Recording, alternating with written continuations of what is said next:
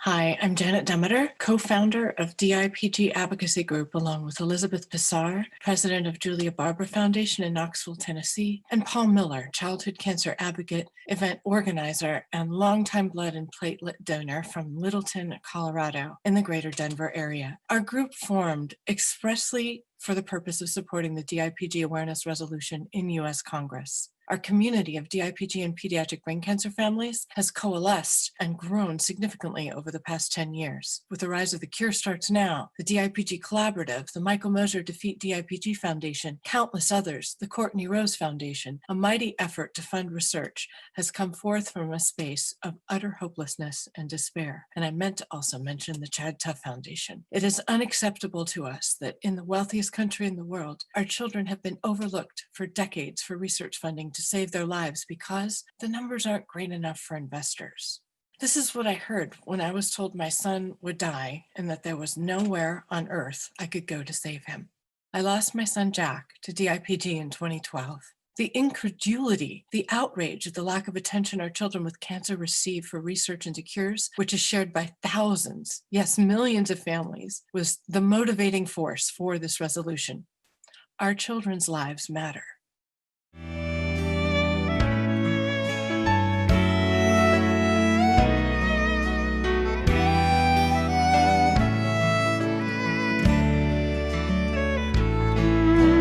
Who would they look up to if I turn and walk away? And who would they rely on if I look the other way? It's important that I teach them and to help them on their way. 'Cause who would they look up to if I turn and walk away?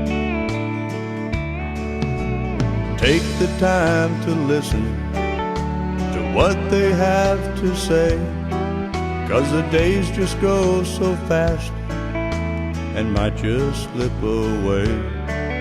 When they stop to ask me questions and I just send them away, they'll find another answer, they might drift away. Who would they look up to if I turn and walk away? And who would they rely on if I look the other way? It's important that I teach them and to help them on their way. 'Cause who would they look up to if I turn and walk away?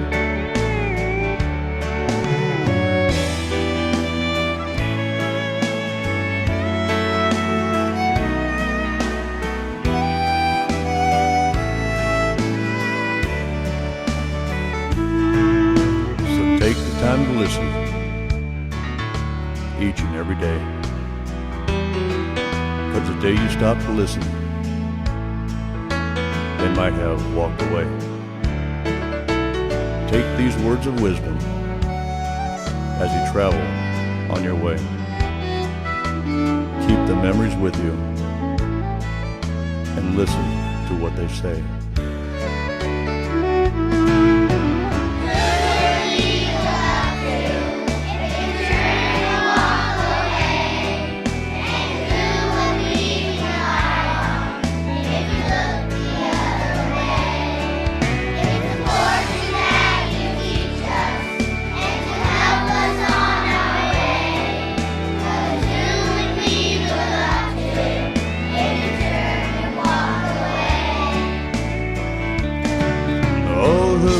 They look up to if I turn and walk away.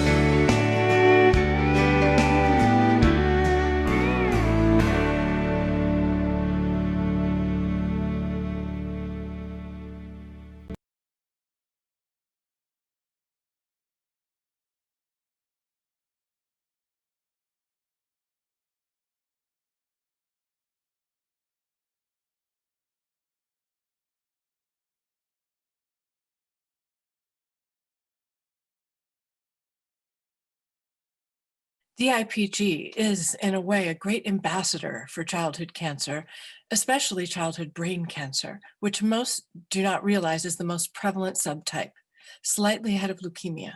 It's also the deadliest. DIPG is the second most common type of brain tumor in children after medulloblastoma, and it's the deadliest of them all. It's responsible for the greatest number of brain cancer deaths annually and is, on its own, responsible for a significant portion of the annual childhood cancer death toll.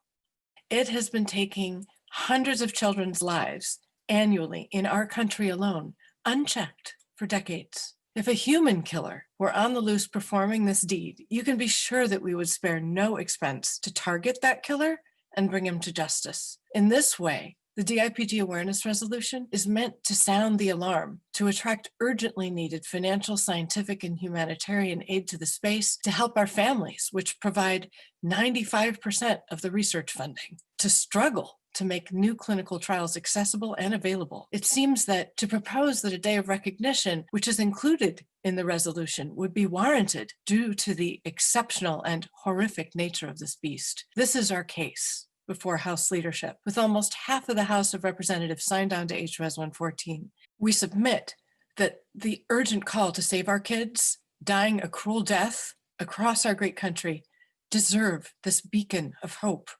We cannot get help to the research quickly enough without awareness. We've asked our members of Congress for help, and they have enthusiastically signed on in support. For our small group of advocates to get the message to half the House is quite a feat indeed. As the experience of DIPG does not lend itself to hopeful advocacy, most of our parents have difficulty speaking about the issue. We are imploring the understanding and the acknowledgement of House leadership to this fact, that we are literally begging for their help. We discover, as I said before, at diagnosis, flat out, when we learn there's nowhere in the world we can take our children to save them, that, well, it's just because, they don't matter, basically, to the system in place, to investors, some nebulous concept that we just have to imagine. So to put internal House politics ahead of the urgent unmet needs of our most vulnerable citizens would be a tragedy in our community.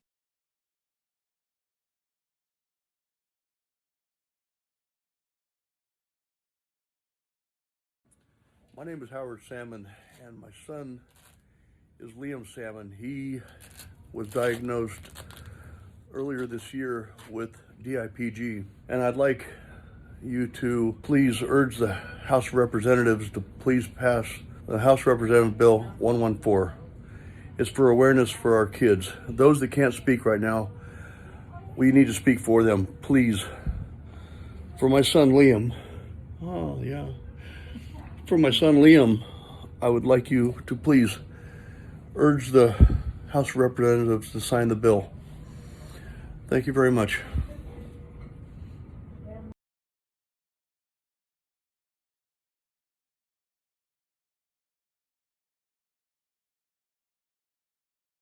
This video is to replace the November 17th protest of House leadership's dismissal of consideration for the exceptional nature of our request for these children facing certain death. So-called commemorative resolutions or House resolutions with a day of recognition as part of their composition were restricted in the 1990s due to frivolous overuse. There is a protocol for exceptions, however, and there has only been one exception ever made in 2016 for Patriots' Day. The same protocol is on Majority Leader Hoyer's website, and it says that a resolution of bereavement or condemnation, or which calls on others to take a particular action, is eligible to be scheduled for consideration. All we're asking for is that consideration. To make an exception for these children would open the floodgates, I've been told. What, of asking our members of Congress for help? Is not that discernment part of the job to determine what merits an exception? After 5 years, 2,000 more deaths to DIPG alone, and 3 introductions of this resolution, and now half the House signed on, this excuse doesn't make sense. Our researchers are working hard, but they don't have enough financial support to find a cure in a more timely way. It's not acceptable in 2020 that there is, due to lack of awareness, no intervention in these childhood cancer deaths, which could be stopped because we have the technology, but we look the other way because I don't understand it. Brain cancer is the leading cause of cancer-related death in children. and DIPG is the leading cause of brain cancer-related death.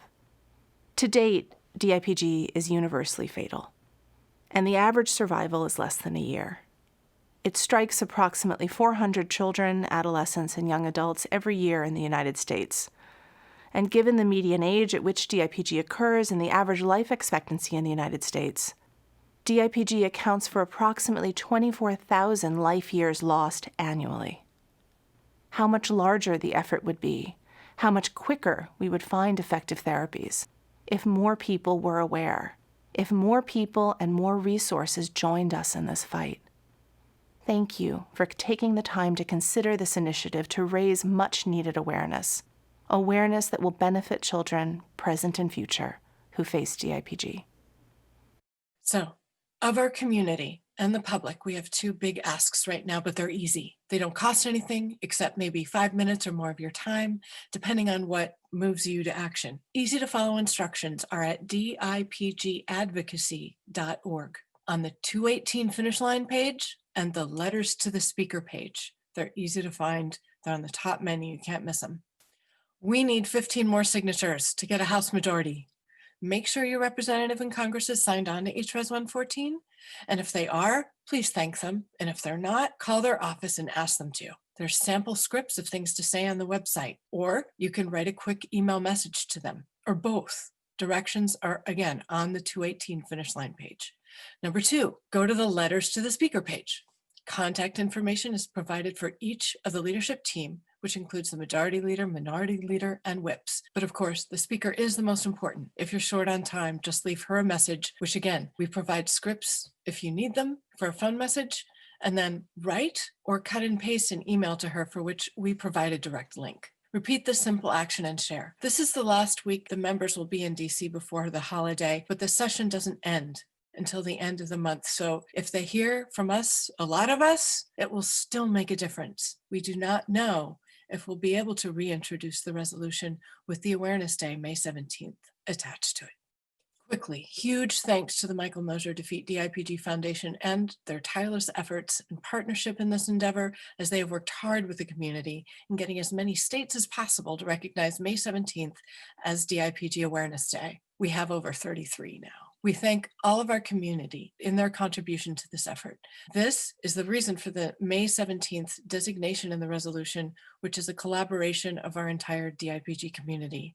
Also, thanks to Senator Rubio of Florida and Senator Reed of Rhode Island for the introduction twice of the Senate DIPG Pediatric Brain Cancer Awareness Resolution in 2019 and in 2020. And our thanks also to Senator Hyde-Smith of Mississippi, Senator Casey of Pennsylvania, and Senator Braun of Indiana for supporting the introduction and unanimous support in the passage of this in the Senate. Because of your leadership, senators, we have not given up on the importance of this House resolution involving 435 districts, our closest representation in our democracy. Enormous thanks to Jackie Spear and the 17 original co-sponsors of the DIPG Awareness Resolution. Your dedication to the idea that this issue is a worthy and much needed exception is what has kept us moving forward. Equal thanks to all of those 203 compassionate members already signed on, maybe more by now, but mostly to the hundreds of families for whom we've brought pictures, accounts, and memories of your children to Capitol Hill. Your submissions of videos and pictures is truly heroic, knowing how difficult and painful it can be. We thank you for standing with us in our attempt to gain the blessing and recognition for DIPG and pediatric brain cancer awareness, which will attract hope and help more quickly to find a cure and to save the lives of our children. Thank you. This campaign is dedicated to the lives of all the children lost since we first introduced the resolution on January 13th, 2016, the day after Vice President Biden introduced the Cancer Moonshot Initiative, which needs a greater focus on pediatric cancer. This video is dedicated to the 14 fighters who we lost during the first 2 weeks of November 2020, Alita Basha and Noah Halleck, and Jack Overton, Justice Evans, Bailey Dodson, and Alden Blom, and other children whose families advocated with us, and Owen Jansen van Vuren in South Africa, to whom we couldn't get help fast enough.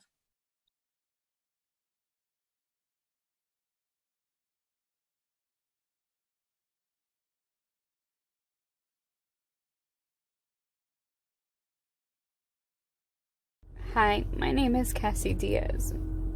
I'm the mom of Jace Diaz, who is a 6-year-old little boy who was diagnosed with DIPG last year in August. Truth is, I've wanted to make this video for such a long time, and I've hesitated because every time I start, I can't help but relive everything over and over again. My son was such a vivacious, charismatic, fun-loving kid up until the day of his diagnosis. I'm sorry, but I have to tell you. Well, they found something they didn't want to. Superpowers in the brain is a curse. Say my luck couldn't get any worse. 'Cause there's bubbles in my brain. Oh, these next 5 years will be insane. Clear liquid rushes through my skin. Crimson red veins, I will win. I look really nice in this gown. My darling, why's your smile a frown? I know that I will be just alright, 'cause there's nothing I do better than fight. 'Cause there's bubbles in my brain. Oh, these next 5 years will be insane. Clear liquid rushes through my skin. Crimson red veins, I will live. 'Cause there's bubbles in my brain. Oh, these next 5 years will be insane. I know that I will be just alright, 'cause there's nothing I do better than fight. Oh, there's nothing we do better than fight. It's so important to get the word out there. It's so important to sign the resolution so that we can get funding, so that we can get awareness, because I think the biggest problem with this disease is that not enough people know about it. Up until the day that my son was diagnosed with it, I didn't know about it either. And now I eat, sleep, and breathe it. And it is a monster. Little by little, my son's life is being taken from him. And all I can do is watch. And pray. And hope for a cure. So I plead with you to help us spread awareness to this disease that not enough people know about. Because our kids deserve a future. They don't deserve a death sentence. Thank you.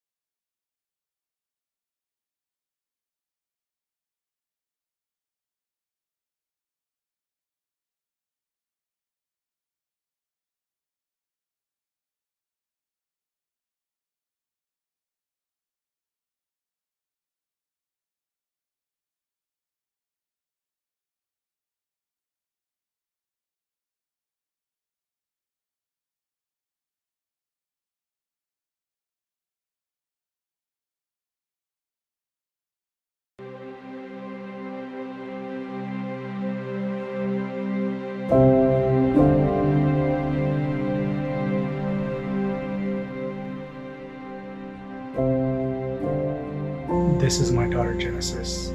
She got her wings May 5th, 2020. She is forever 7, and I am forever her dad.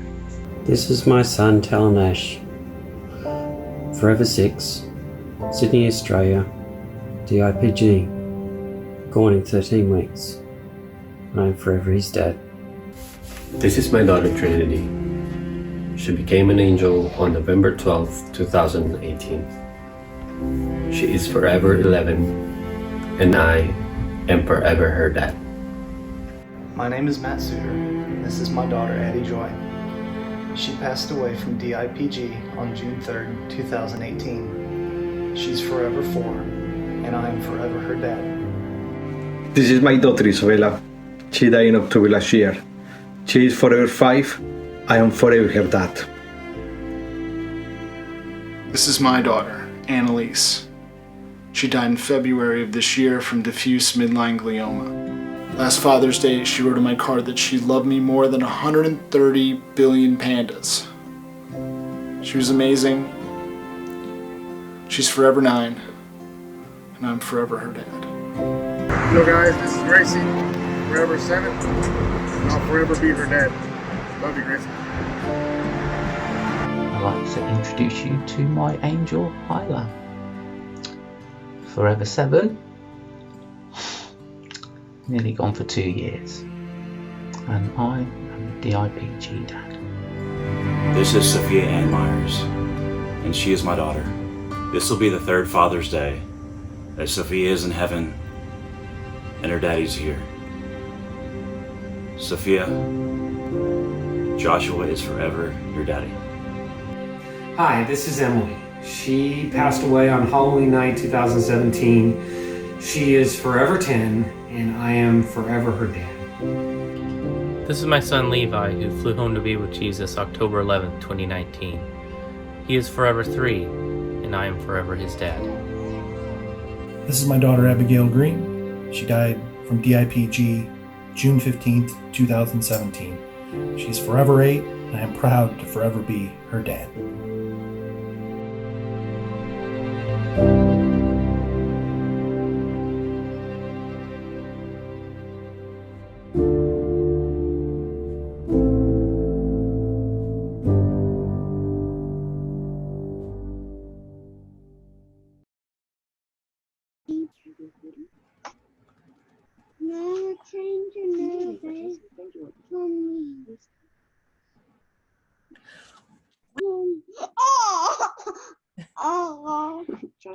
I was privileged to be able to spend some time with Candace Heyman and Carl Jansen van Vuren, especially with their little son, adorable 4-year-old son, Owen.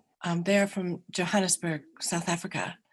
And I had the privilege of meeting with them on Childhood Cancer Talk Radio.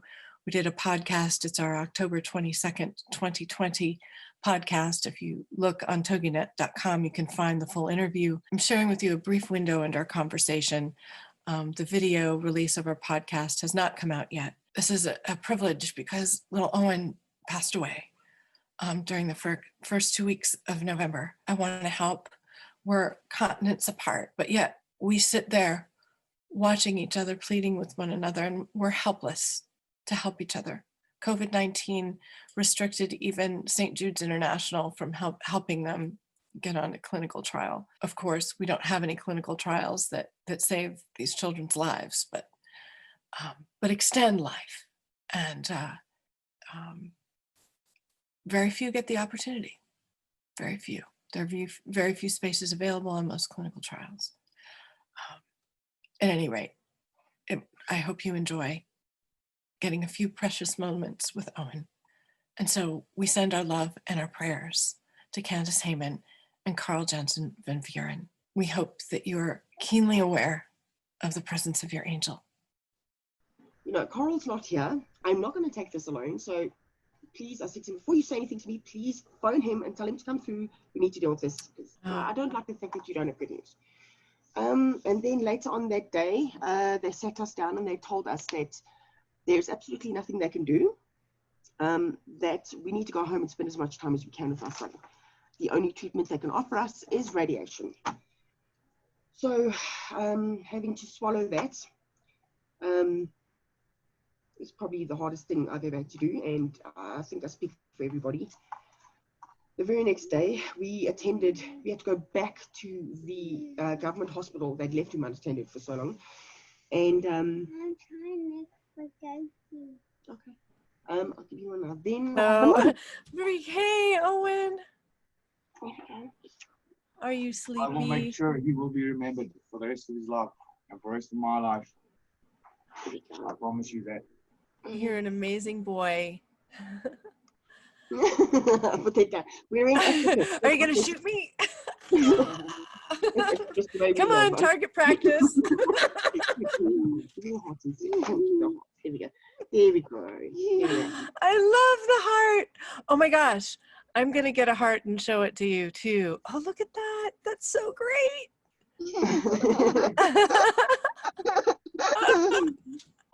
Oh my gosh. I love the heart. It's wonderful. Hey, Owen, what is your favorite thing to do? What do you? Ooh, tell her what we did yesterday for the first time. What did we do yesterday?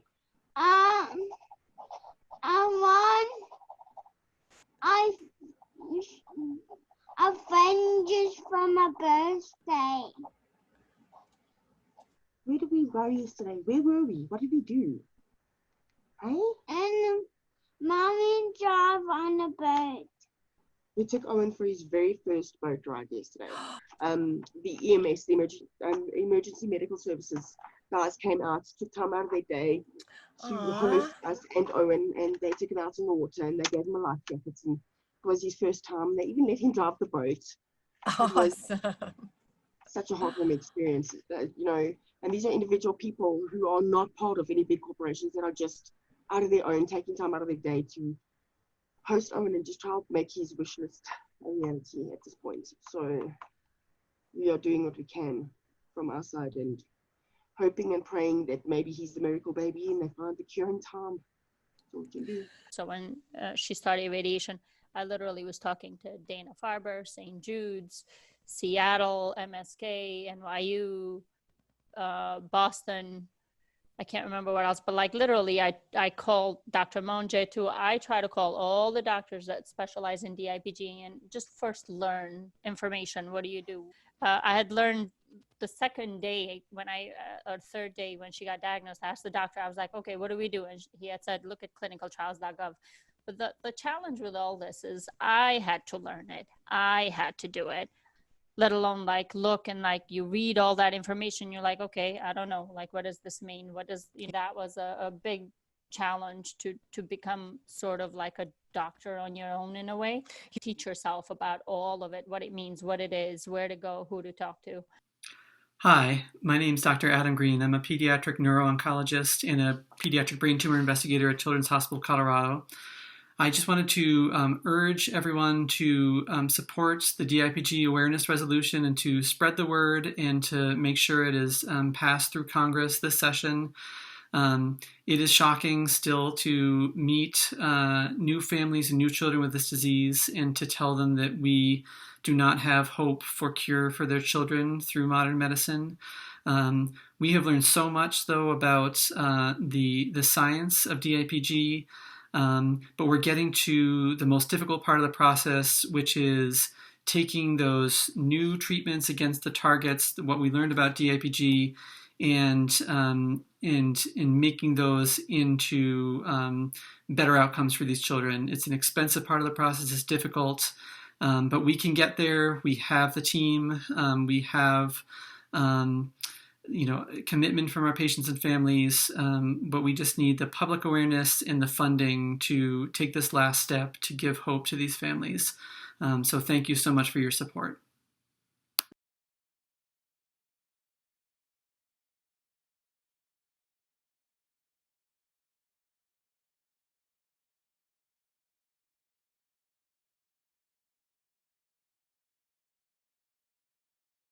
Hello everyone.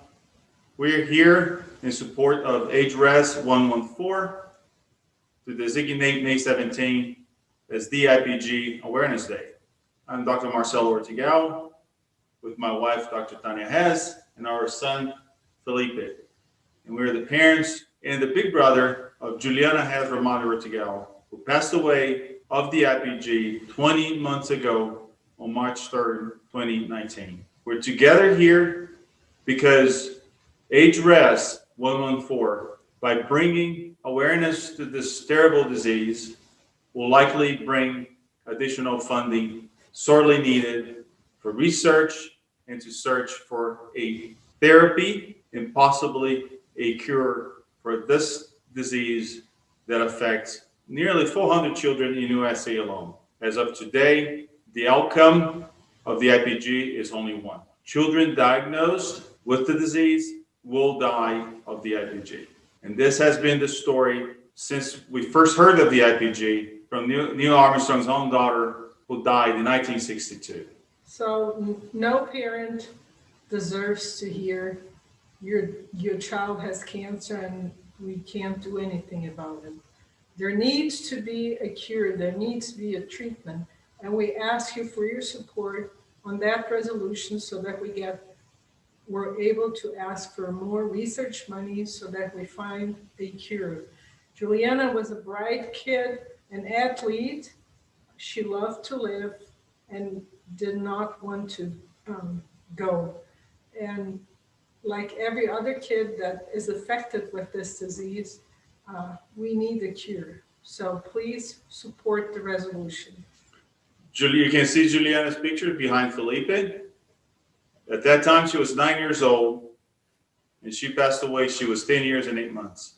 And I'm sure her big brother misses her terribly. So we moved pretty quickly too, and I remember the decisions were so extremely overwhelming. It's like I've never even not heard of radiation. I did, but you know, when it comes to you and somebody's like, do radiation, and you're like, okay, what kind of radiation? Where do I do it? What's the right thing? Is this the right hospital? A lot of these are the right doctors. You know what I mean? Making the right decision by saying, yes, let's do a biopsy. Am I making the right decision saying, yes, let's do radiation? I remember calling MSK on like Saturday night, Dr. Swedane. It was quite overwhelming, I remember. Though even when I was told she had DIPG, I did not ask about time. I did not want to know. As soon as I heard brain tumor, my first focus was action. What do we do? Make this go away. Like later, I got into reading about DIPG and, you know, learn about all the 1%, less than 1% survival over like five-year survival rate. But believe it or not, through the 11 months she lived and fought this, I never asked how long, and I did not care, and I did not want to know. That was not me. I would gather them. I remember the first few days. I would be like, okay, we all need to sit down, 5 people. I had my notebook in front of me. I was taking notes. I was like, okay, what websites should I look? What should I do? Who should I talk to? So I was much more action-oriented. That's also just my personality. There was no like, how long do we have? That was not, I did not consider that at all. I cannot fathom the idea of losing my son. I can't bear to think of it. I cannot start talking about it because I refuse in my heart to accept, because I will not give up on him. I cannot. He was given to me as a gift, and you don't take a gift back. I don't care who you are. It's just not one of those things. And there is absolutely no valid reason or higher purpose to a child suffering and dying in the dawn of life. There is absolutely none. And then I bought a boat. Find a cure. Right. In Fight for Owen, DIPG, that would probably get the closest to the yes. You know, this is, you know, you're never really affected by cancer until it affects your home. And cancer doesn't know borders, so I don't know why medication for treatment for cancer should find borders. It's horrific, and it's, you know, as a parent, I was not a cancer parent before Owen was diagnosed. So people who are not cancer parents probably don't understand. But I just hope and pray it never happens to anybody. It's got to stop. It's got to stop. That's it. Hi, everybody. My name is Ryan Agnew. And first of all, I just want to start by saying thank you. Thank you to everybody who's been participating in this and helping out. Janet all along the way, everybody involved with Operation Moonshot, all the members of Congress that have signed on in support of it. Personally, from the bottom of my heart, I just want to say thank you. from me and my family for the support there. Our daughter Aspen was diagnosed with DIPG back in June of this year, and I just want to say, everyone listening probably is aware of it, that it's horrible. I mean, it's the most crushing blow a parent could hear, that their child has something like this, and there's absolutely no cure for it. I mean, it's just the most devastating thing as a parent you can think of. And that being said, we need to find a cure. We need to do this. We need support. We need research. We need a cure for this. And, as far as I'm concerned, I don't ever want to have to hear that another parent has to hear that news. That's not all right. I mean, it's the year 2020 right now, and it's the same diagnosis as Neil Armstrong's daughter was years and years ago, decades ago. There's been pretty much no progress. I mean, there's been a little bit here and there, but the outcomes haven't been what they should be at this point. And so what we need to do is get the word out, and we're trying to do our part in that. We've participated in some of the Zoom calls, and they're devastating. I mean, it's mostly families that have lost their kids already to this, and we're fortunate enough that Aspen is still with us, and she's still currently doing awesome right now, just out of radiation. But that's just out of radiation. That's not a cure, So right now we can enjoy life with her, but knowing under our belts that's probably not going to last, and that's not okay. That doesn't sit well with me. I don't take lightly to that kind of a situation. I don't just lay down for something like that. We're going to fight this, and I know all of you are fighting it too, and I can't thank you enough. I seriously can't, for doing this for all of us, for all the kids, all the families that are going through this terrible situation, and for all the members in Congress. And I really hope we can get a vote on this. I hope we can stir the pot. We'll take to their doors if we have to. We got to get this figured out, because I guarantee you, if one of their kids was, affected by this, I think their tune would change immediately, and they'd be on banging door to door, telling people to sign up. Let's get this taken care of. We need research. We need a cure. So you know what? I mean, I'm glad that none of their kids have this, but at the end of the day, I don't want anybody's kid to have this, and we're going to do what we can to get this taken care of. This needs to end. Aspen needs to live a long life. Every kid diagnosed with this right now that's still in the fight needs to live a long life, and they need to have hope. Families need hope, and this is one way we can do it. It gives people hope, I think, to know that we're trying to do something, and we're trying to get people going on this, because we don't have time with this diagnosis, and I know we all know that. So, like I said, I appreciate everybody sharing your voices, getting out there, doing calls, everybody in Congress who signed on, who's heard these stories. And it's horrible. They're horrible stories to hear. But you know what? That's the reality of it. And like I said, I don't ever want anybody to have these stories anymore. This isn't right. I want this to be a success story. I don't want it to be what it is right now for my daughter Aspen and for all the kids out there with this. So let's do that. Let's get it in high gear, everybody, and we can do this together. We can make our voices heard. We can make it loud enough. I know there's plenty of issues going on in Washington right now, but you know what? This isn't going away. Janet's been working hard at this for years, and this isn't going away, and this is the year they need to hear our voices louder than ever. It's an election year, and they need to know where the people stand with this, because guess what? It could be their kids one day. It could be their grandkids one day. And then maybe their tune would change, but do we want it to get to that point? Because I don't, and I don't think any of you do either. So that's kind of what's going on here, and like I said, I just want to try and show our support from the Agnew family in Salt Lake, and just say, we're all in this together, we're in the fight together, and I think with everybody on board, if we can make our voices loud enough, we can make a difference with this. So once again, I've said it a million times, thank you to everybody for participating in this, and just for showing up and for showing your support, and making your voice heard. And I hope we can make a difference, and I hope we can get them moving on this and get some funding and some research, and get this recognized. So once again, thank you, take care, stay safe, everybody, and we'll talk to you later. Hopefully next time it'll be under different circumstances, and we're celebrating a cure. We're popping open a bottle of champagne instead of tears. So thank you, everybody. Have a good day. Take care.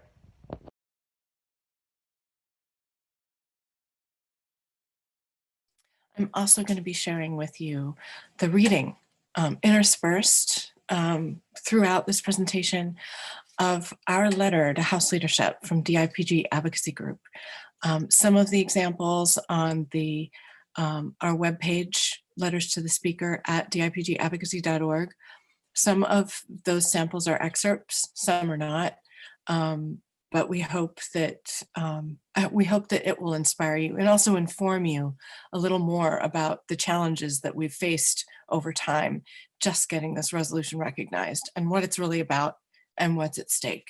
Of course, you all know what's at stake. But thank you so much, and together we got this. The reading of the DIPG Advocacy Group's letter to House leadership, and the subject line reads, "Consideration for scheduling eligibility for HRES 114, the subject worthiness of children afflicted with the deadliest cancer known to humankind as reasonable cause for exception." To the leadership of the U.S. House of Representatives, the Honorable Nancy Pelosi, Speaker of the House, as we approach the end of 2020, the 116th Congress, and our 5th year of advocating for the National DIPG Awareness Resolution designated HRES 114, nearly 2,000 more innocent children have endured a horrific, terrifying death since its first introduction. Our fledgling group of bereaved parents have managed to alert nearly 1/2 of the membership of the House of Representatives to the deadly prevalence, not rarity, in the childhood cancer space of brain tumors like DIPG. Brain cancer is the #1 cause of death in children with cancer, and DIPG is responsible for the majority of brain tumor deaths in children, representing on its own a significant portion of the annual childhood cancer death toll. We desperately need help. There is nowhere in the world you can go to save your child from DIPG.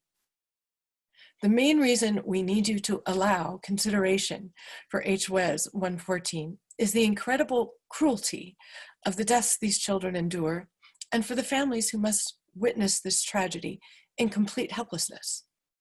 95% of the funding for research is provided by parents because, as we are so often told, our children don't represent a worthy investment incentive. In the wealthiest country in the world, we discover that our children's lives and the suffering that they endure simply don't matter to the system in place. This is an unacceptable reality in our great country. Also, many childhood brain tumors are diagnosed late or at autopsy due to the lack of awareness of their signs and symptoms. Respected doctors are often met with resistance from insurance companies for the appropriate diagnostics. With greater awareness, we could save lives today.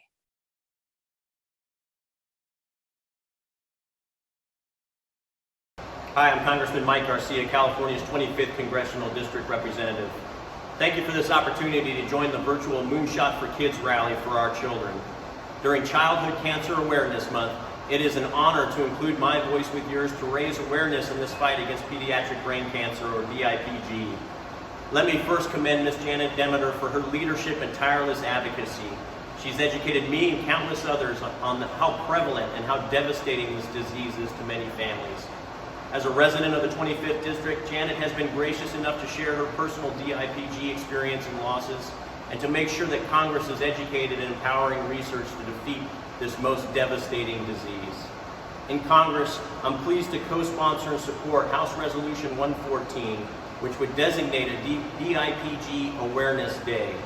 As our nation faces unprecedented challenges at home and abroad, we cannot forget the toll that diseases like DIPG are taking every day on our children and their families.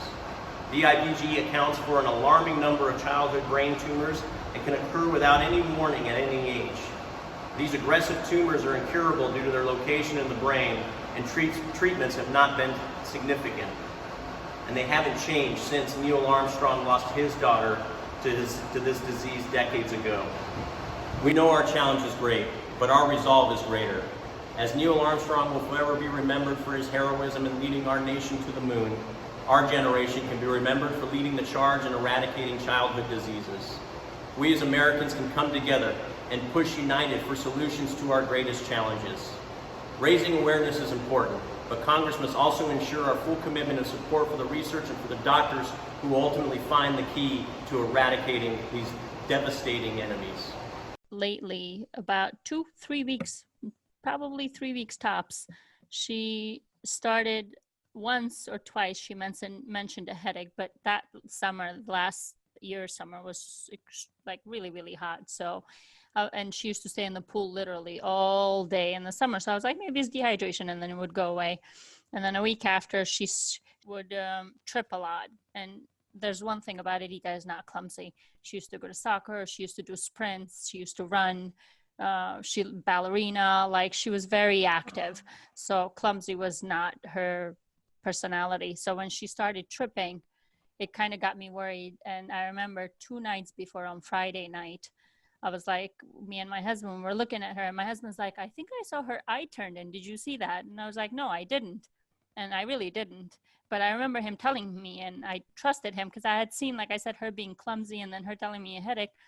So we had her on Friday stand on one leg. She couldn't stand, like she didn't have a balance. So I was like, okay, on Monday, we're definitely going to the doctor to take her to the pediatrician. Saturday, Sunday, I kept a close eye on her. And I remember on Sunday, she would literally walk as if she were drunk, like kind of like take a circle kind of. So on Monday, I took her to a pediatrician, and once she did some neurological tests and stuff, she noticed something's off. So we went straight to the ER, and then that was it. Turned age June 19th. She got diagnosed at August 12th. It was so surreal, and it hit us so out of nowhere. It's one of those things, like she had never ever been in the hospital. So she was like, oh, we're having turkey sandwich in the hospital. This is a good sandwich. Like, you know, but then when we got admitted in the hospital, she was walking. 2 days after, she stopped walking in the hospital. It started hitting us literally, you know, day by day, because the symptoms are so aggressive. It goes so fast. What I think is my unique position to not only work in these DIPG, DMG labs because I'm an aspiring physician researcher, but also because I'm part of the family and foundations community as well. So, you know, one thing I've learned since my brother's passing is that this community works extremely hard, whether it's the researchers or parents, siblings, friends, any type of family. Everyone I've met is doing everything they can to make even a small difference for someone else's child, for someone else's sibling. And I think it's incredible the work that they do, not just through foundations, but even like the online Facebook community who's willing to help, you know, for every little thing. And when you have a community like this that's been through something so difficult, and you know they're still willing to do everything they can to make a difference, it's important for people who might be more on the outside to support this community, to expand this community, so that we have more people that are, you know, working hard to find a cure, or supporting other families going through a diagnosis currently. And a really simple thing that can be done that will have long-lasting effects is supporting and signing bills like HRES 114. Like creating a DIPG National Awareness Day will spread the word about this disease to so many people, and with that we get more supporters in terms of people willing to raise funds or donate money. And we also may open up this world, this community, to other people. And I think when you have everyone right now doing everything they can, I think it's very, very important to help expand that community, and that's exactly what we're doing here today. So that's kind of why I think it's so important to support bills such as HRES 114. I think that it's such a small thing that's going to have such a big impact on this community. And all it takes is your support, and that would mean so much to not only the current patients who are currently fighting for their lives, but also everyone who has lost someone and who's doing everything they can in the memory of that child or sibling or friend.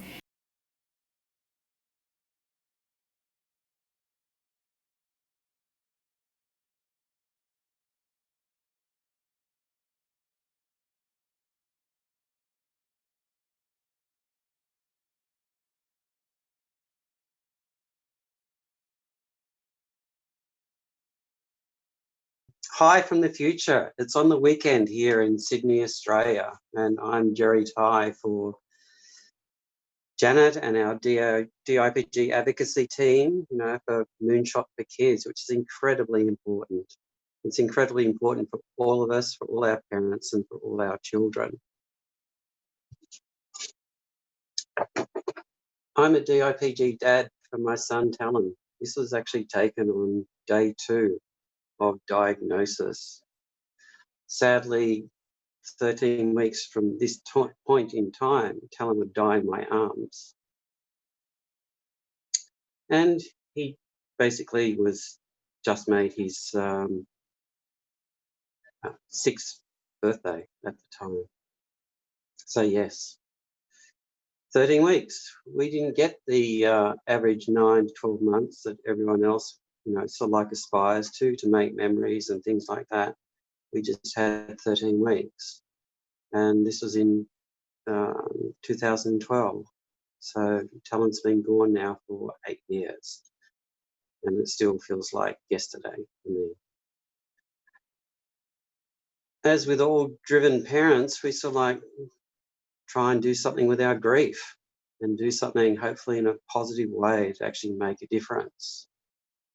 So Talon's tumour was actually donated to the Children's Cancer Institute of Australia, along with his eyes.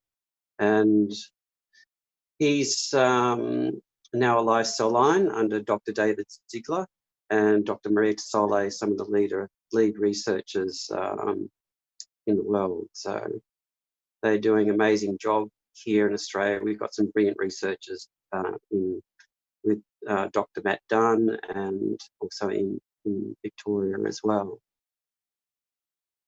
Our goal here in Australia is similar to everyone else, is that leave no child left behind.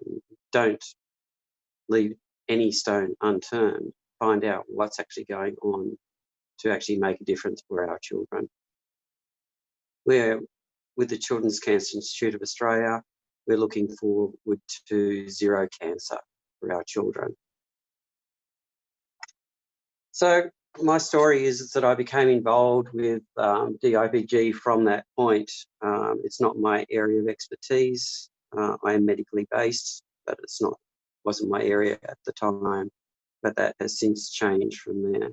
I became involved with Paul Miller's group, amazing group, the DIPG Awareness for Family and Friends. Then under one night, with a glass of red wine, I thought about it and created the online medical research group, DIPG Research, for a lot of very complicated reasons at the time. Of course, I never expected it to go anywhere, but currently, now with the help of amazing admins and moderators, we're over 3,000 people and growing into such a large resource, which we do for parents, stakeholders, clinicians, engineers. In a 24/7 basis, we actually just work for free. This is what we do to try and give back to our community. And our community is worldwide. This is the thing, it is a collaboration around the world. There is no one group that can actually do this. And we all have our own gifts in doing certain areas, either fundraising, research, or collaboration. And it's really important that it actually continues this way in the most unbiased, transparent way possible. And that's what we hope to do. So our group deals with DIPG and also diffuse midline glioma, thanks to the WHO reclassification. But we also look at complementary medicine as well as psychological responses in that group as well. So it's pretty full on. It's not a group for the faint-hearted, but we provide up-to-date information and information from parent to parent, as well as to researchers to actually give them feedback on what's actually working versus not. So I'm here as part of an international group of parents and DIP children that are dedicated to the decent treatment and eventual cure of DIPG. It's really important that there be international collaboration because, you know, we need to combine resources around the world for this to actually happen. Part of this is the May 17th DIPG Awareness Day in the US. We don't have that as such out here in Australia, but we hope to eventually. With HRES 114 and the Moonshot for Kids being ratified, hopefully soon rather than later, this national DIPG awareness resolution across the nation in the US will eventually hit across the world. And with that, we'll be able to really basically kick some butt, as Gabriella Miller actually indicated in such an awesome way. So it's important not only for DIPG awareness to have this day, but to bring it to the public attention for those that don't know anything about this crisis in this situation. If people did know, they would do something about it because no one wants to see their future go down the drain. No one wants to see their children die. And no one wants to go to children's funerals. They're awful. They're just terrible things. We have amazing researchers around the world, excuse me, and some of them have spoken here today, and they're just amazingly dedicated human beings that actually see the need and are making something happen about it. Excuse me. It's, again, the parents and the organisations that actually are supplying the funding for this as well.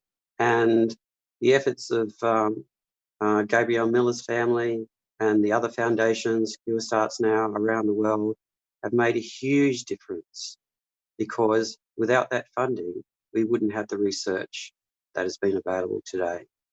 And for that, I'm truly appreciative. And curing DIPG will bring the next level of understanding in treatment and technology to brain cancers and will have an effect on brain cancer in people of all ages. But know that children are very different in their treatment protocol to adults. And this is why we have to do things differently for them. They're a very different being.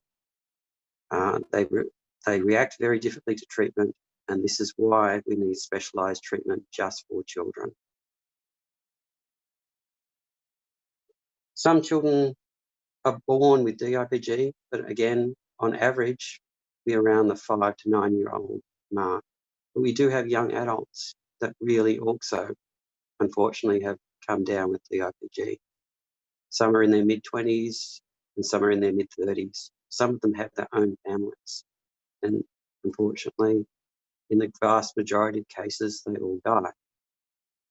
So with the exception of the rare few, DIPG is universally terminal, and it's something that we need to stop. Our international community can do this. Awareness comes first, and with the efforts of DIPG advocacy and the passing of the HRES 114, this is really quite possible. We do have the technology to do this, we just need the will and the funding to actually follow it through. With the awareness of DIPG in the public eye, people will be horrified to actually see that these young children and any child whatsoever will actually go through this process and they will try and stop it.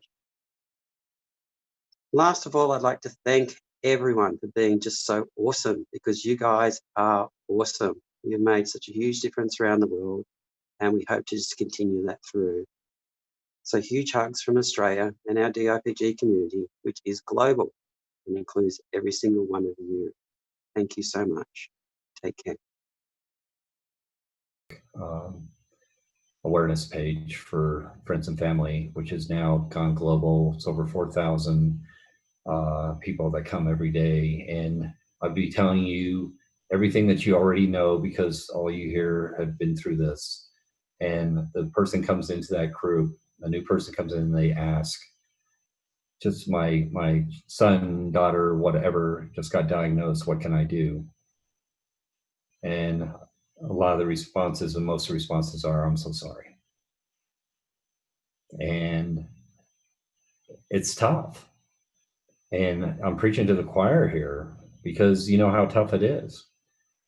And through this time, I've gotten to know quite a few of you, Ellen, much love, Jerry, Elizabeth, just got to know Trey, and so many people. And every time I wanted to quit, and I tell you, I want to quit all the time because this is tough stuff.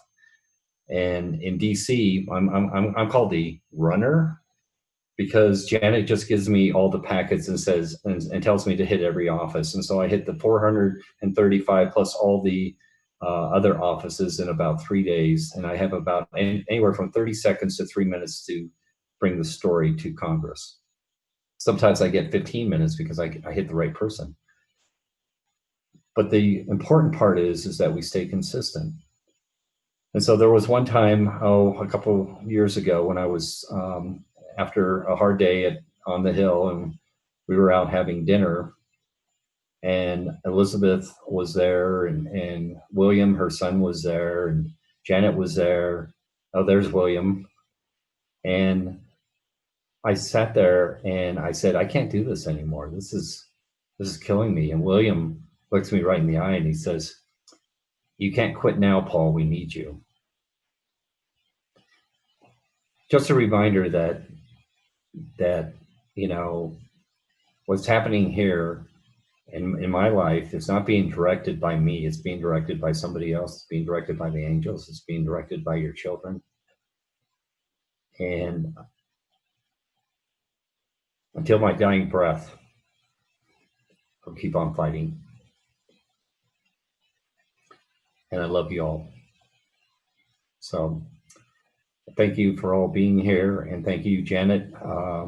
And I got to give a big shout out to one other person who's behind the scenes right now, and Chris Hernandez, who is our technical producer, who's really doing an awesome job. So thank you all for your time. Thank you, Paul. I have to give a shout out to Chris Hernandez as well. He's amazing. Next up is Elizabeth Bassar. She's in Knoxville, Tennessee.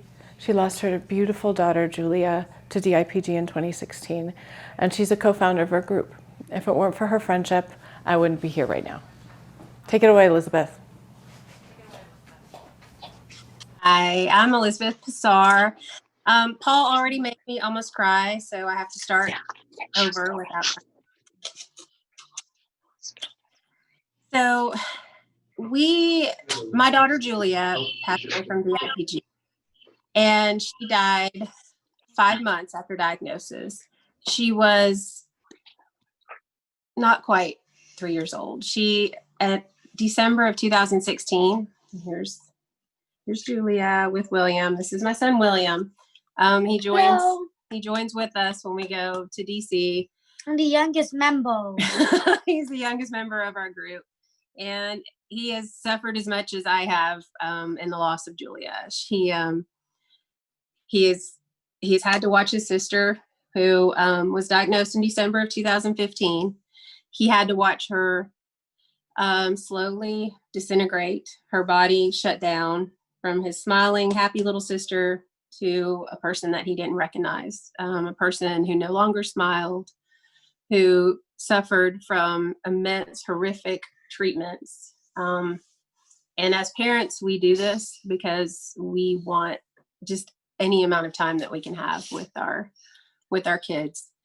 The thing that we, and as parents, we were told, we found out Monday that she had a brain tumor, and by Tuesday we were told she was going to die. And that was essentially the extent of our life. And 5 months later, she died. And for me, the hardest part was just the lack of awareness, the lack of discussion, the lack of anybody knowing that brain tumors are the leading cause of cancer-related deaths in children. I just thought she had an inner ear infection. I just thought she would need antibiotics. I had no idea.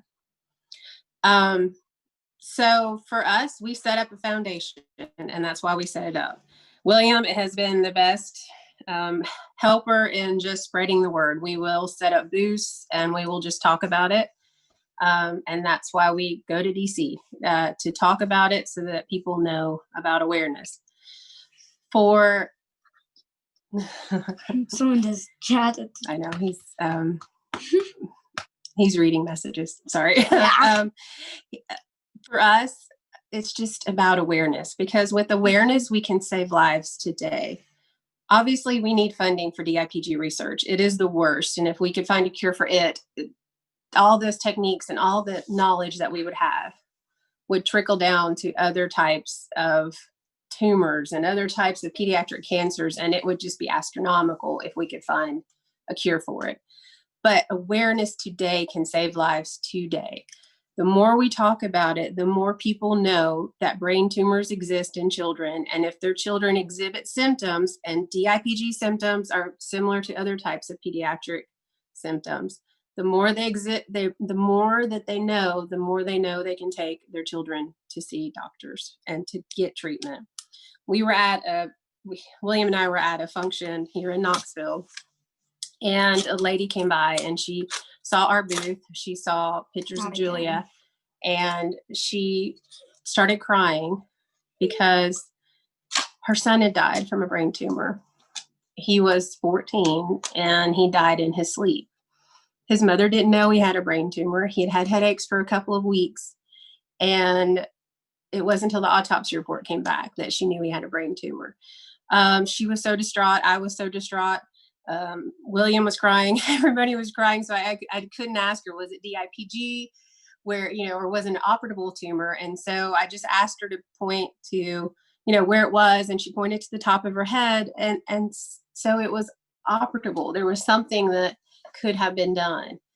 And I got 5 months with Julia. I knew that Julia wasn't going to make it. And I valued every minute, but that poor mother didn't even get that chance. She went to bed one night, and the next morning she woke up and her son was dead in his bed. And that is not acceptable. And that's just generally a lack of awareness. On the flip side, I have a friend who has been able to seek treatment for a relative due to knowing that treatment exists, and that relative is still alive. And it's just awareness. And that's why House Res 114 is so important. That's why we push it. That's why we fight for it, because the more we talk about it, the more the public knows, and the more we can save lives now.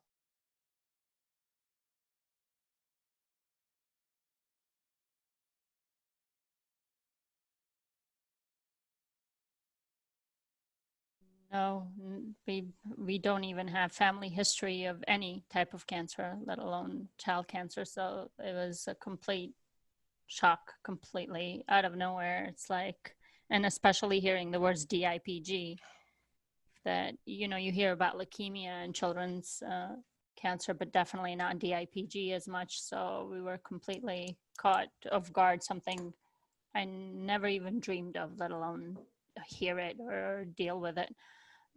So yeah, it was August 12th, 2019, when we went to the hospital and they told us she had a mass. And the next day is when they told us it was confirmed as DIPG through the MRI images. But yeah, never heard of it before that. She was very, very healthy. She never had any issues. We used to go do physicals once a year. We never missed a beat. At the very end, once it kind of hit her that she's not getting any better and she's just getting worse and basically she could die, I remember saying, I'm going to fight this forever. And I told her, I will fight forever with her. It's the part of just fighting forever to honor her.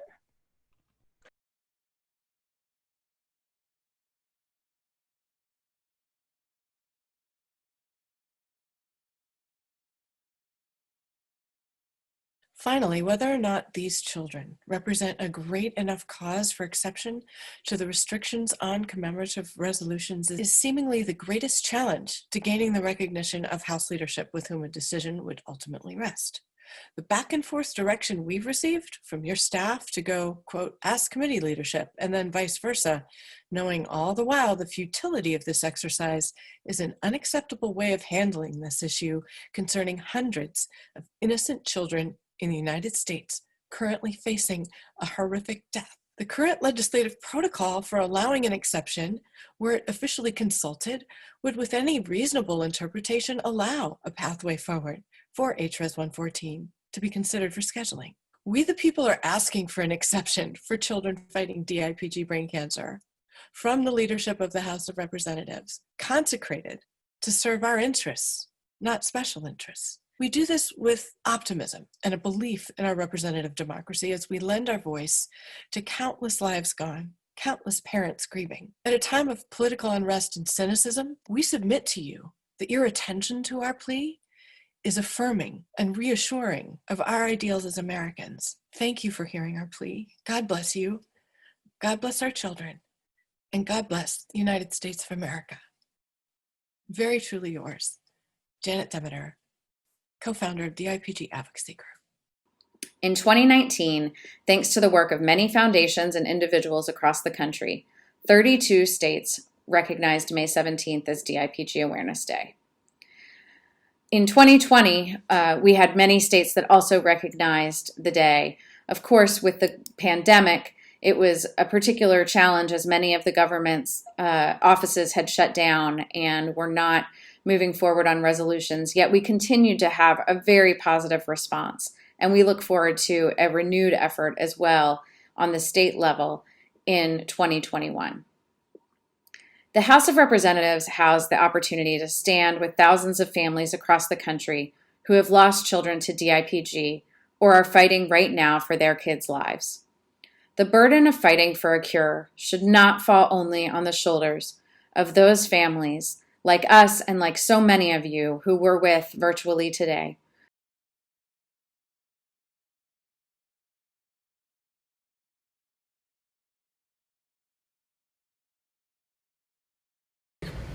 And so numbers are the challenge that we face, but also the opportunity. So you have to really rethink the way you do research as a researcher who's dedicated to pediatric cancer, and particularly pediatric brain tumors.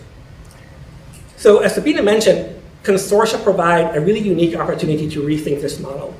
This is something that both the Pacific Pediatric Neuro-Oncology Consortium and the Children's Brain Tumor Tissue Consortium early on committed to, which really is accelerated connectivity of information and harnessing expertise across more than 20 institutions in the United States, in Europe, Australia, and Asia.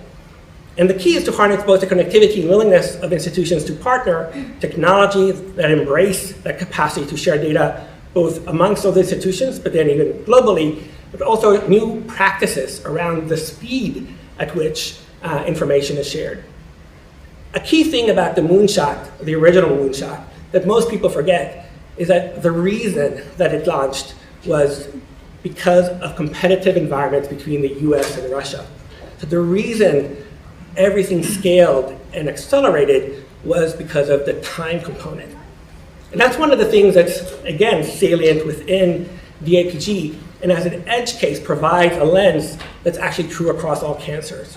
As Sabina mentioned, time is the variable around which you have to optimize, right? Time is the variable which you have to actually make all decisions against. And that's what the original moonshot actually did, right? And that's what we, as a community, are trying to do. A special shout out to Sandy and Richard Perkins, great advocates and volunteers with National Brain Tumor Society who traveled from Arizona, especially to be here, and to Beth Ann, who's here as well. Thank you all.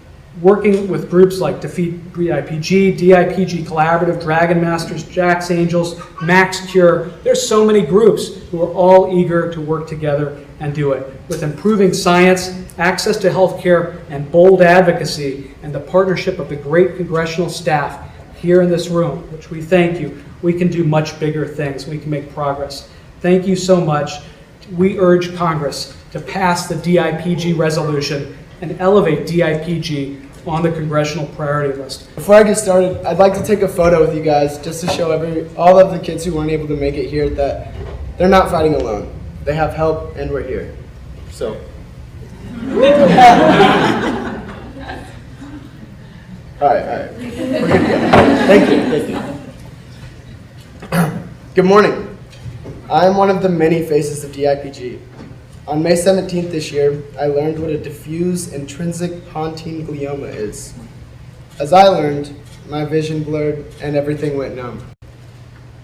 But my doctor said something along the lines of an aggressive, inoperable, terminal tumor in the center of my brain. The only other thing I learned that day is that I had an estimated 9 months to live. I would die one day before my 21st birthday.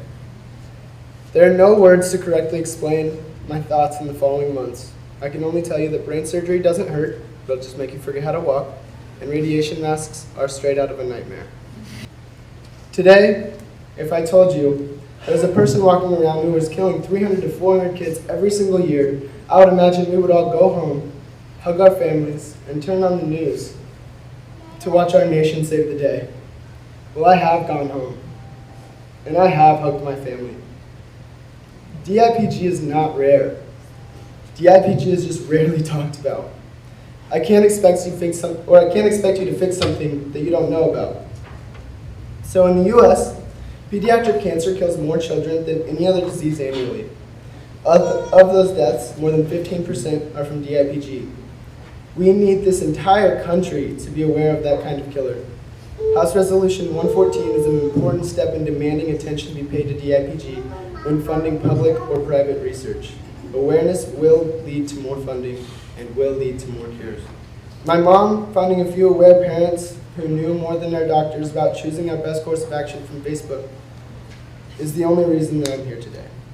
My story looks different today because parents who have lost children pleaded with my mother to make awareness her priority because we cannot depend on awareness within the medical system. As a nation, we cannot allow ourselves to continue being complacent with our lack of knowledge and awareness. Our inability to prioritize DIPG patients have resulted in death after death. Just as previously incurable diseases have shown time and time again, awareness is a catalyst for a cure. Please give us one day a year to use the biggest forums we can find to tell people about DIPG and trade for all of the years of lives lost to this horrible drug, or horrible tumor. We'll use the day wisely to inform the public, guide patients to new treatments, doctors to Center of Excellence, and researchers to data. Earlier, I said that I could not expect you to fix something you don't know about. Well, now you do know, and my life is on the line. No pressure, and good luck.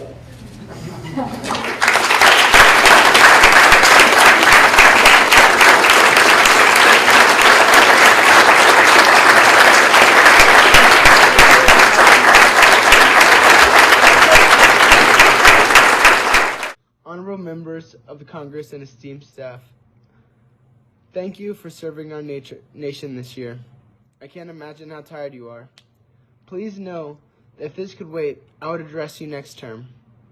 Last February, I warned you that I may not be back to Congress next year, and you're really testing me. I have terminal brain cancer. It's DIPG to be exact.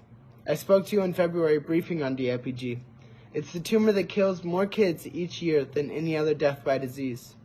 I had more hair back then because that was before my last chemotherapy.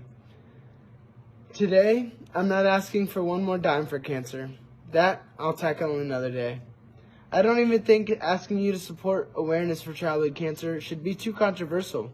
This one we can all win. Today, I'm humbly asking you to do one thing. Please co-sponsor House Res 114, the DIPG Awareness Day resolution. It has 190 co-sponsors, and we want to end with over 218 next week.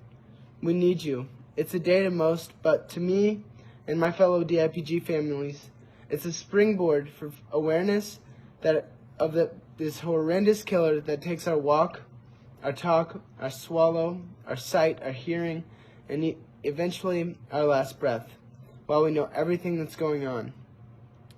Sounds pretty horrible, huh? Can you even imagine how much knowing Congress cares means to our families? It leads to more private and public funding from the NCI and NIH and private contributions. Please leave for Christmas giving this one gift, for that way that may be our last Christmas. Just co-sponsor House Res 114. Tell us you recognize DIPG and believe we should be aware in order to start taking down this killer of kids. DIPG won't wait, and I'm pleading for you not to wait either. Thank you.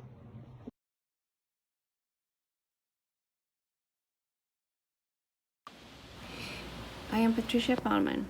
I am Josephine's mom. We live in Pennsylvania. Josephine passed away in June of 2019. And we miss her very much. She was our sunshine, and she was full of life. And I'm here to beg you for your support for Resolution 114, HR 114. I did not know what DIPG was until Josephine was diagnosed. The pediatrician didn't know. Most general doctors don't know about DIPG unless they are an oncologist, of course. So the killing of children has been a common practice throughout human history in some societies like Eskimos as a form of control, like when food supplies were limited. If you thought that was barbarian, I suggest you look at the reckless disregard meeting our children's need when it comes to childhood cancer, in particular DIPG, diffuse intrinsic pontine glioma. Investment justifications matter more in the world of medical research than the urgency to save our children. In only 8 months of research, we were able to come up with a vaccine for a deadly pandemic that is affecting us all. But in more than 50 years, nothing has been done to address the need of our children. We had to do better. We could do better.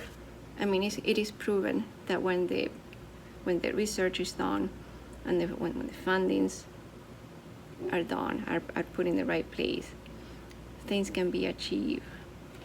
So I'm here to beg you for support, because this is not something that goes away by itself. It needs to be addressed. And every year, more than 300 kids are dying here in the United States alone from this disease that nobody knows about.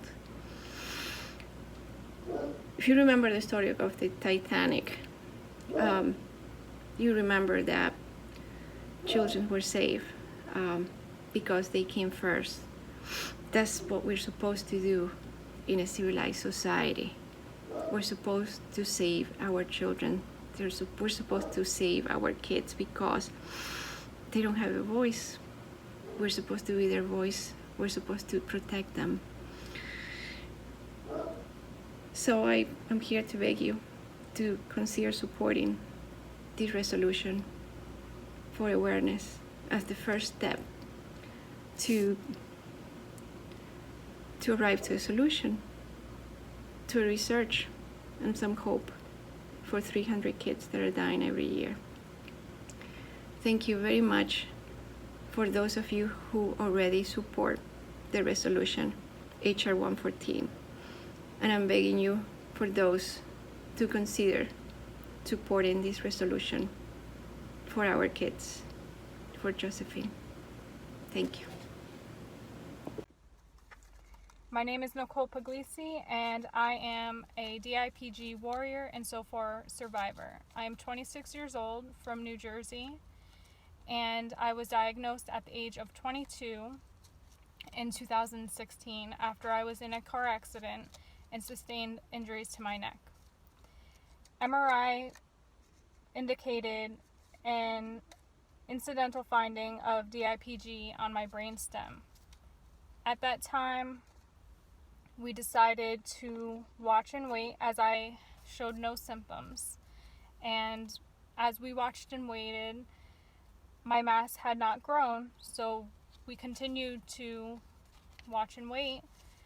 In 2018, I started to show symptoms. I was having balance issues, numbness in my face.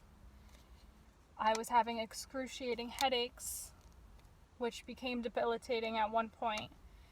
I was having vision issues, slight hearing issues, and nausea and dizziness. At this time, my MRI showed that I had growth, and it was crucial that I start treatment. My treatment consisted of 6 weeks of daily radiation to the brain and chemotherapy. I then underwent a year of chemotherapy, double dosed, 5 days a month. During my time of treatment, it was very difficult. I suffered from a lot of side effects, which many were short term, although took me a very long time to recover from. I finished treatment a year ago, and it has taken me about a year to recover from those treatments. Steroids were prescribed to manage the symptoms of DIPG as well as the side effects of standard treatment, which also came with very horrific side effects. Throughout my treatment, I spent a lot of time in treatment facilities and not enjoying what other young 20-year-olds would be enjoying. And as a survivor, I feel the need to advocate for those who cannot advocate for themselves, such as the young children who cannot advocate for themselves, and as well as adults who are also not allotted the time in recovery and in stability of their fight. Since treatment, my mass has stabilized, although still remains. So I still have the worry that at any day, any moment, my symptoms can return and I would have to seek other treatments which are not readily available to me. The importance of awareness and federal support for childhood cancer research is very important to me and my family and my loved ones. Recognition by our state of representatives in the fight for a National DIPG Awareness Day, or awareness resolution rather, is also very important to my loved ones and I. We need support, we need awareness, we need funding, and we need a cure. A cure for DIPG would lead to a cure for many other childhood cancers. Treatment for DIPG has not been much different than it was 50 years ago, and in that time, many families have been affected by this monster DIPG. I ask you for recognition and support in this awareness resolution for me, my family, and those who are suffering right now, being diagnosed, being treated, and those families who are suffering also for the loss of their loved ones. Throughout my fight, I have connected with many patients, parents, caregivers, friends, and family of those fighting DIPG. Many of those have since passed. They were a great support system for me, and they all deserved a cure. They all deserved more awareness. With that being said, I ask that you please support this awareness resolution for my cure and for others. Thank you.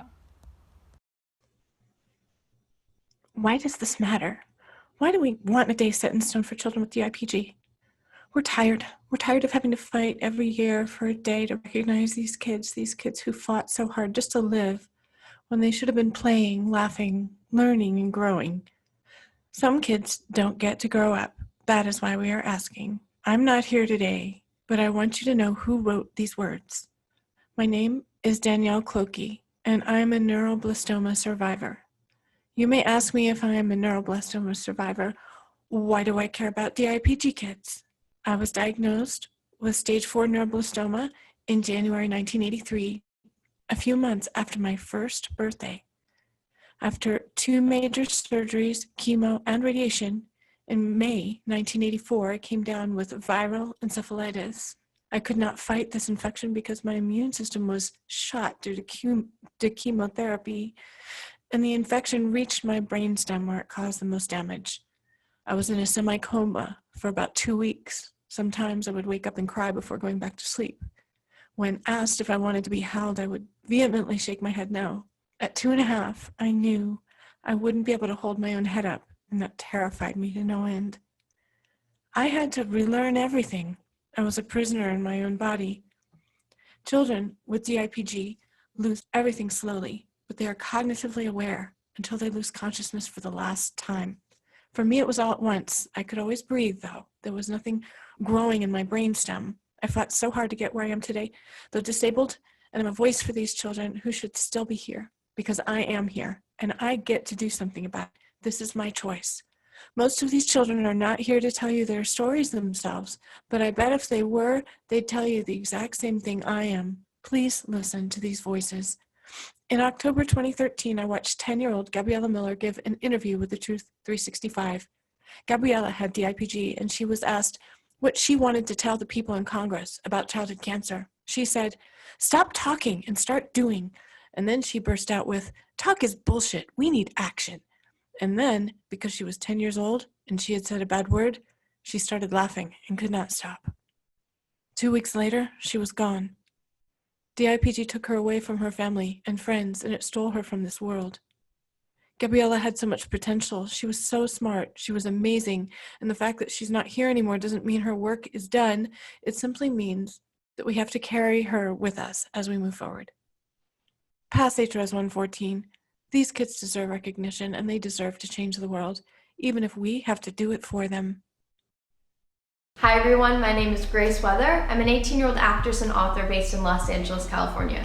I'm extremely excited and honored to be here today to tell you a little bit about my story and perform a song for you in a little bit. My journey with DIPG first began 5 years ago when I learned of the illness after being diagnosed with a brainstem glioma on January 9th of 2015. I was 13 years old. Before that day, I had no idea that there were different types of brain tumors and, depending on the location, different treatment regimens. But I learned that day that my tumor was in the pons of the brain, and because of the location, the tumor was inoperable and chemotherapy and radiation had a very slim chance of working. That was 5 years ago, but I still fight my tumor every single day, and I'm very lucky that my tumor is stable. One of my favorite stories goes, I was in science class and I was having a little bit of an issue with my eye twitching, and I explained to the kids at my table that I had a brain tumor. A girl named Gigi leaned across the table and said that she had one too. Ever since then, we have been inseparable and attend camp in Montana together every summer. In the past 5 years, I have lost more friends than I can count on my fingers, and that is unacceptable for one of the most medically advanced countries in the world. House Resolution 114 is a way for me, my peers who have passed before me, and my peers who are currently fighting their fight, to be seen by our fellow members of society. This illness is something that is mysterious and unknown to most people. We hear the word brain cancer and suddenly our brains shut down and we have a hard time listening, but this is a topic that needs to be discussed. This illness has taken far too many lives, and this resolution is an incredible next step towards making sure these kids are understood, heard, and eventually have the cure they need to live a long and successful life. Thank you for your time, and I'm excited to perform this song for you. It's called Bubbles. I'm sorry, but I have to tell you. Well, they found something they didn't want to. Superpowers in the brain is a curse. Say my luck couldn't get any worse. 'Cause there's bubbles in my brain. Oh, these next 5 years will be insane. Clear liquid rushes through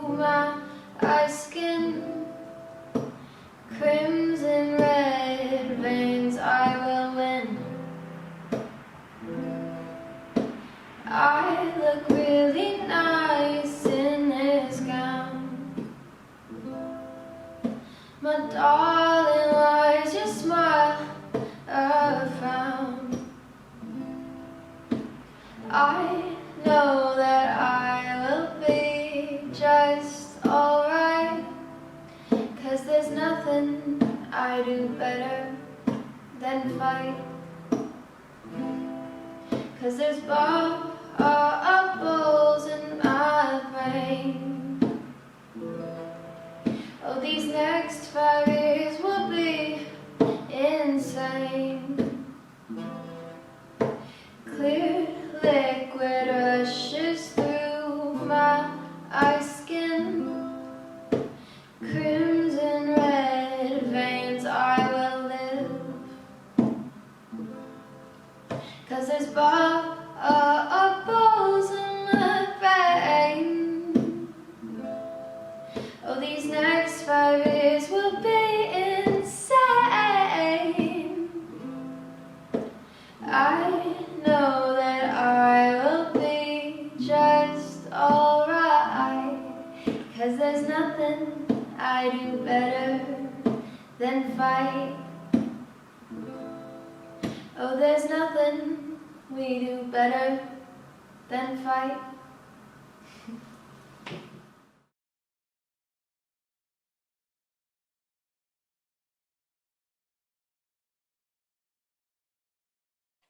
Very quickly, the House of Representatives instituted in its rules in the 1990s a ban on so-called commemorative resolutions, those including in their makeup the designation of a day of awareness or recognition of some sort. So the ban was effectively on excessive overuse of glorification or recognition of that kind. There's been one exception made in 2016 for Patriots Day, and actually the same protocol on the rule at the time is in effect today, and that is that a resolution of bereavement or condemnation or calling upon others to certain action, that this would be eligible for just consideration to be scheduled. And that's all we're asking for from House leadership. But they've been so dismissive as not to even acknowledge officially in any way the resolution, even though it's been introduced 3 times. We've been advocating for it for 5 years, and this is about children and children facing certain death. And the most prevalent form of childhood cancer, brain cancer, and the deadliest pediatric brain tumor of them all. And so your help in letting House leadership know that we believe this is an important, we cannot get help to this space fast enough, and we need your help just telling them that this is a worthy exception. Our children are a worthy exception to that rule.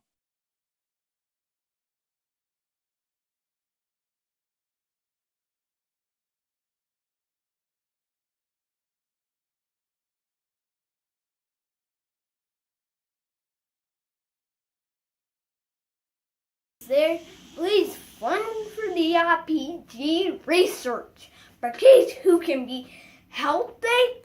1, 2, go to school. 3, play sports. And 4, be healthy like me.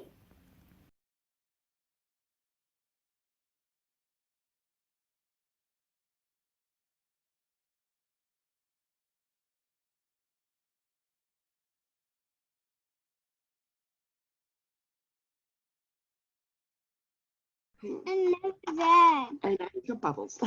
Oh, you have some bubbles? Yes, okay, come on, oopsie. Wow. There you go. Okay. And yeah. Slowly. Oh, there we go. Woo! It's a big one. Love bubbles. There we go. Yeah, we love bubbles. And balloons. I love mommy disc. There's one. One more.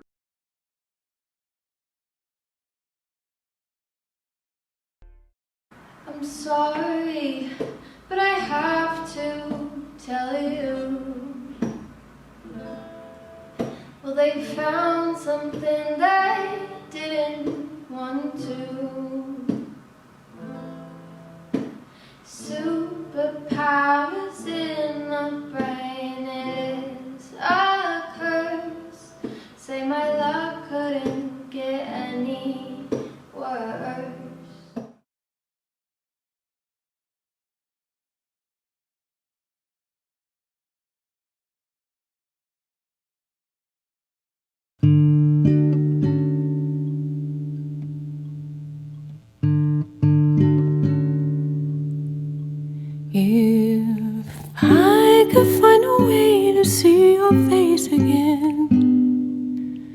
If I could lose the boundaries of my mind, if I could find a way to hold you close to me, if I could die and come back home again, I'd try to see if maybe you could come with me to see the sun and moon up in the sky. I'd want to give you all your favorite things again. No worries keep me from the joy this time. Then I would fly, fly all the way to heaven in the sky, where I won't die and come back home again. You and I, well, maybe where you are is where we live again. Perfection, love, and light with all your friends. Maybe my heart longs to smell your hair again, because I feel you around me when it breaks, and I couldn't die to feel your love again. Oh yes, and I would fly, fly to see you smile again.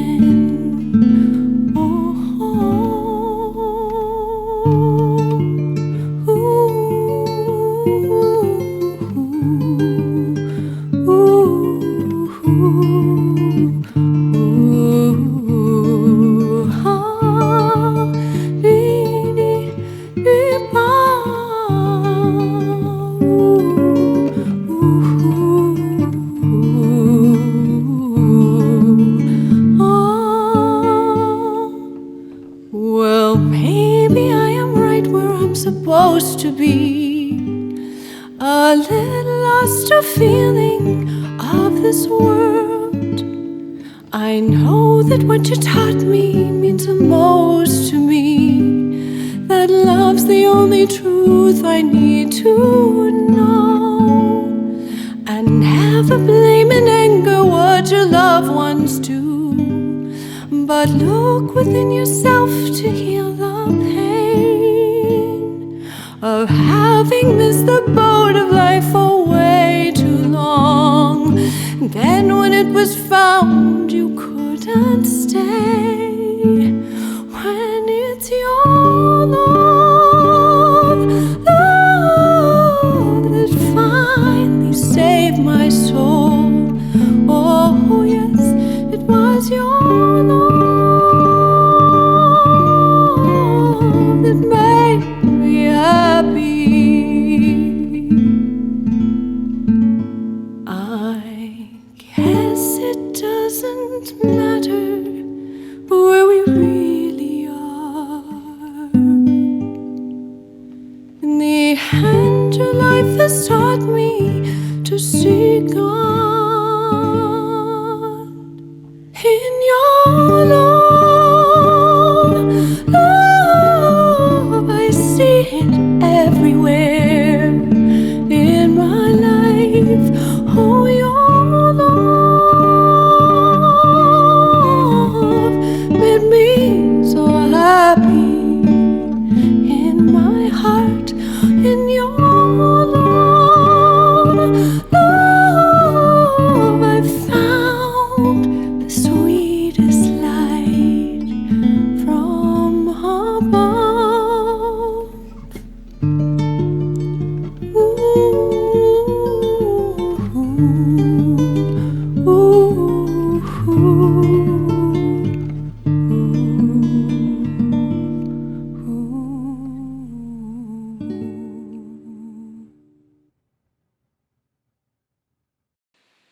To all members of the United States House of Representatives, I urge you to allow due process for this resolution, drawing attention to this nation's children with DIPG and other pediatric brain cancers. Awareness is urgently needed in order to raise funds for research and to educate the public about the deadliest and most prevalent form of childhood cancer. Put another way, this is a unique and necessary opportunity to educate the public about the most prevalent and deadly form of juvenile cancer, to encourage funds for research, to help speed up a cure after over 6 decades of virtually no change in DIPG survival rates and hardly any survivors of DIPG, while survival rate has thankfully increased so dramatically for other juvenile cancers with so much more funding. To diagnose the afflicted more swiftly, and to bring support to those fighting for their lives right now. Let me tell you about one of 300 to 400 reasons per year. It was the evening that changed my life forever, November 26, 2018, the evening I truly began grieving for someone I had never known but wish I had. McKenna Marie Barron. To a passerby, it looked like just a busy night at the frozen custard shop. They had no idea what the evening meant to the ones on the inside. A birthday party without the birthday girl. A family bravely carrying on without their youngest child.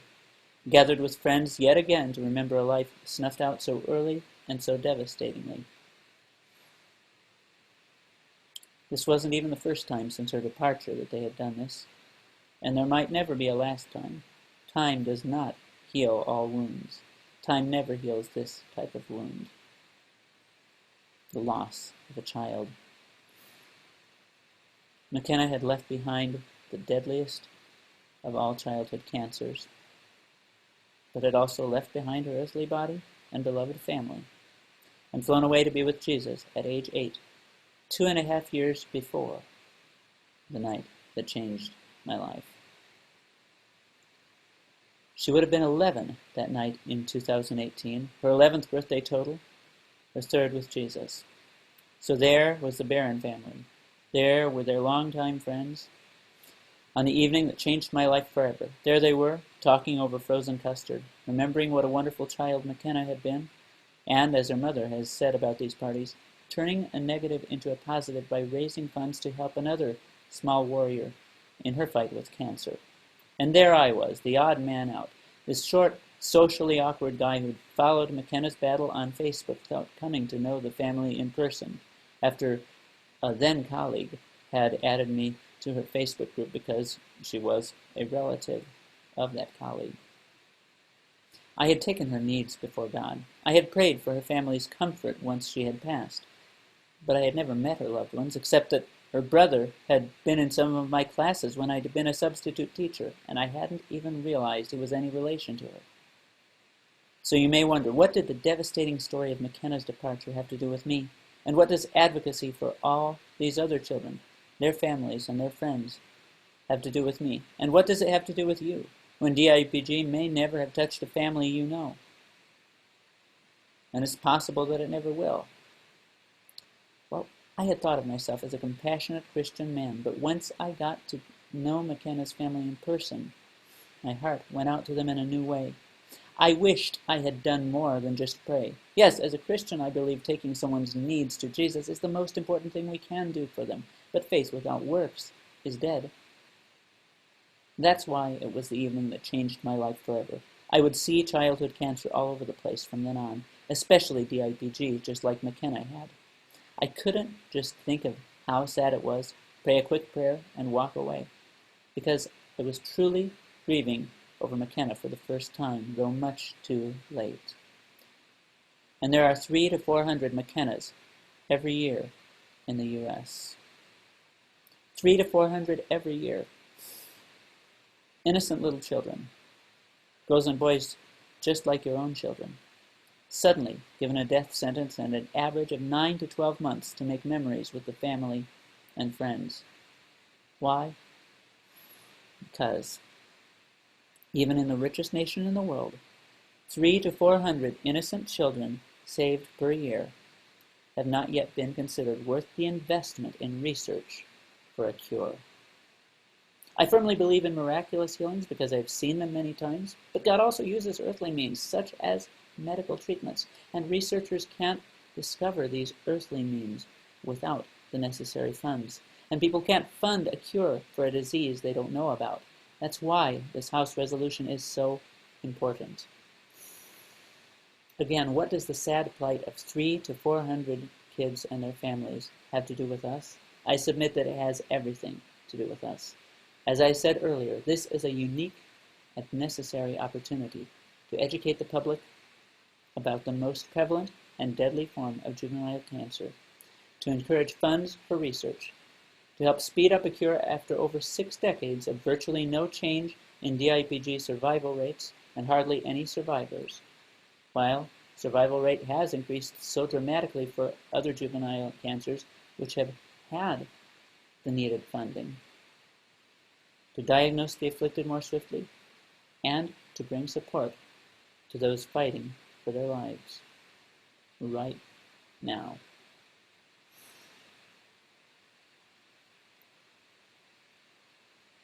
Look at these children. Look at their families. These children do not deserve to die, especially not just because there isn't enough funding. Awareness leads to funding. Funding leads to research. Research leads to a cure. Please support this bill and help us end DIPG. Thank you. God bless.